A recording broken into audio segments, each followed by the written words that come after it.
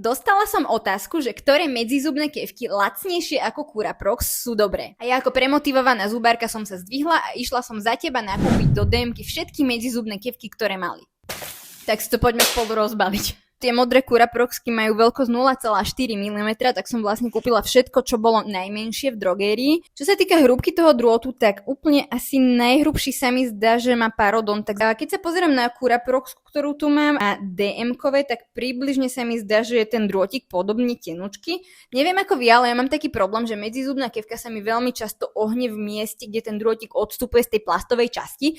Tieto parodontaxky a Softdent Eco s hrubším drôtom, tak tie držia fakt dobre, ono musím sa naozaj snažiť, aby sa ten drôt vôbec ohol. Čo sa týka tých dvoch DM-kových, tak tam sa mi zdá, že sa ten drôtik ohýba ľahšie. Takže suma sumarum, môj záver. Pokiaľ sa vám veľmi často ohýba drôtik, tak by som si vybrala Parodontax alebo tie Softdent Eco, ale nesmie vám vadiť to, že je ten drôtik hrubší. Pokiaľ vám nevadí tenký drôtik, ktorý sa možno skôr ohne, tak by som išla do tých Dontodent. Ktoré medzizubky preferujete? Vy dajte vedieť do komentu, som zvedavá, ktoré budú najčastejšie.